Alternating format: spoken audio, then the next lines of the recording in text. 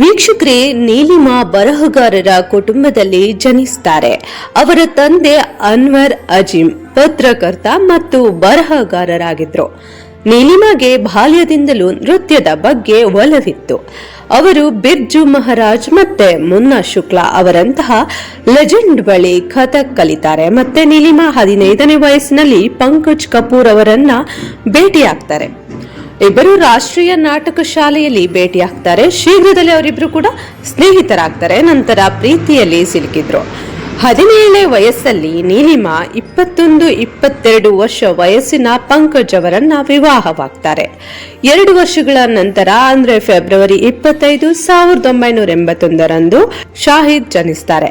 ಆದ್ರೆ ಶಾಹಿದ್ ಹುಟ್ಟಿದ ನಂತರ ಅವರ ಸಂಬಂಧದಲ್ಲಿ ಅಂತರ ಬರೋಕೆ ಪ್ರಾರಂಭ ಆಗುತ್ತೆ. ಸುಮಾರು 2.5 ವರ್ಷಗಳ ನಂತರ ಅಂದ್ರೆ 1984ರಲ್ಲಿ ದಂಪತಿಗಳು ಬೇರೆಯಾಗೋಕೆ ನಿರ್ಧರಿಸ್ತಾರೆ. ಶಾಹಿದ್ ಅವರನ್ನ ನೀಲಿಮಾ ಒಬ್ಬಂಟಿಯಾಗಿ ಬೆಳೆಸ್ತಾರೆ. ಪಂಕಜ್ ಕಪೂರ್ ಜೊತೆಗಿನ ವಿಚ್ಛೇದನದ ಬಗ್ಗೆ ನೀಲಿಮಾ ಸಂದರ್ಶನವೊಂದರಲ್ಲಿ ಮೌನ ಮುರಿತಾರೆ. ಬೇರೆಯಾಗೋ ನಿರ್ಧಾರ ತನ್ನದಲ್ಲ, ಶಾಹಿದ್ ಕಪೂರ್ ತಂದೆಯದು ಎಂದು ಅವರು ಹೇಳ್ತಾರೆ. ಅವನು ತನ್ನ ಜೀವನದಲ್ಲಿ ಮುಂದುವರಿಯದೇನೆ ಇಬ್ರು ಮತ್ತೆ ಬೇರ್ಪಟ್ಟಿದ್ರು.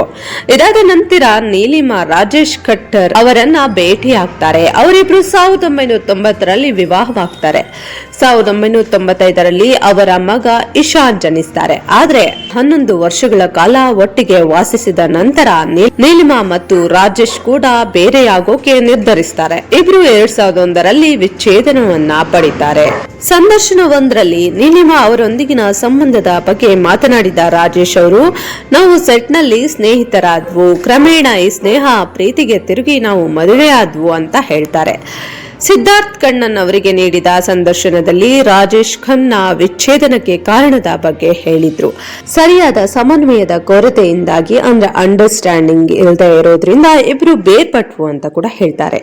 ಇನ್ನು ರಾಜೇಶ್ ಖಟ್ಟರ್ ಅವರಿಂದ ಬೇರ್ಪಟ್ಟ ನಂತರ ನೀಲಿಮಾ ರಜಾ ಅಲಿ ಖಾನ್ ಅವರನ್ನ ಭೇಟಿಯಾಗ್ತಾರೆ. ಸ್ವಲ್ಪ ಸಮಯದವರೆಗೆ ಒಬ್ಬರನ್ನೊಬ್ಬರು ತಿಳಿದಿದ್ದ ನಂತರ ಇಬ್ಬರು 2004ರಲ್ಲಿ ವಿವಾಹವಾಗ್ತಾರೆ. ಆದ್ರೆ ಈ ಸಂಬಂಧವು ಹೆಚ್ಚು ಕಾಲ ಉಳಿಯೋದಿಲ್ಲ. ಮತ್ತೆ ಇಬ್ಬರು 2009ರಲ್ಲಿ ವಿಚ್ಛೇದನವನ್ನ ಪಡಿತಾರೆ.